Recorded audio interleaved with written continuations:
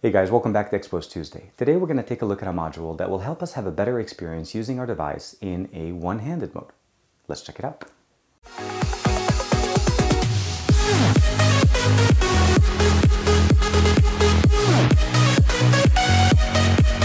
Today we're going to take a look at a module called NIWATORI. It's a one-handed mode module. You can go directly into the Xposed installer, download NIWATORI itself. It has basically a chicken Android logo for it. One-handed mode is the name. Version currently is 0.4.6. Check the box, restart the device. It is compatible with Android Marshmallow right now as I'm running it on my Nexus 6P. Again, this is the actual module itself. Setup is pretty simple. Go back once.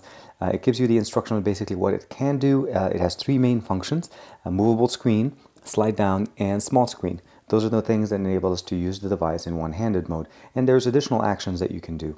And it also explains that you basically add them via shortcuts.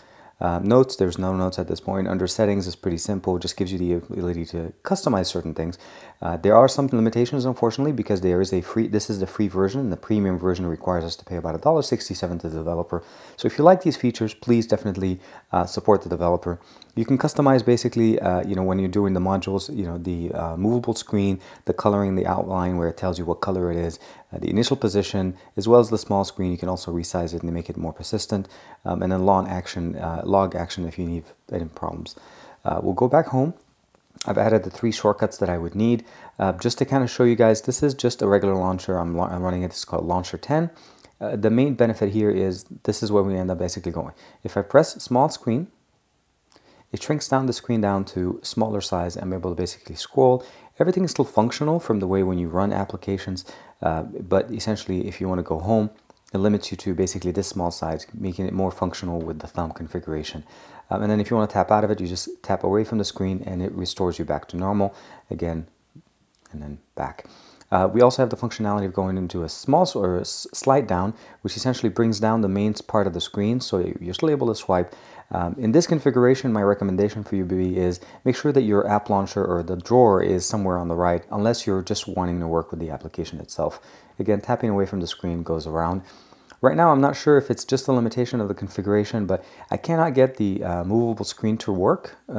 It does initiate. At one point I was able to see, you can see a little bit of the orange screen going on, but I cannot turn it on. My only understanding of that is that probably just maybe in the next version that would make it functional. The other thing I want to make sure you guys are aware of, you can assign these to any kind of shortcut launching application. So if your application drawer or your navigation drawer can launch it, then you'll be able to access this from anywhere or in any screen that you're on, just to bring down the top part of the screen. Very functional, very nice. You can open it up, and if you launch it within here, it'll open it up here.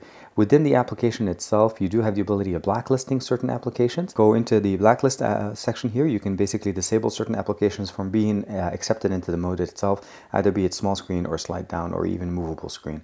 As you guys saw, the installation is pretty simple. Using it is even simpler. You just need to add the shortcuts themselves on the home screen. I find the small screen is by far the most functional one.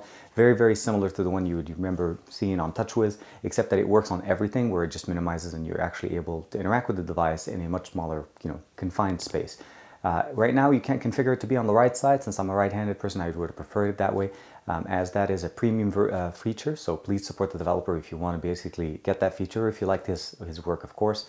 Other than that, I want to make sure you guys are aware I'm doing a giveaway right now in conjunction with Marshall Williams, Root Junky, Joshua Bane, and Shawn Pfeiffer on the Google Plus community for the Xposed Framework. So please check the link in the description below to be able to get your entries in if you haven't already entered. And if not, let me know what you guys think about this module. I'm working on a nice little module for you guys for next week that will give you guys much, much better battery.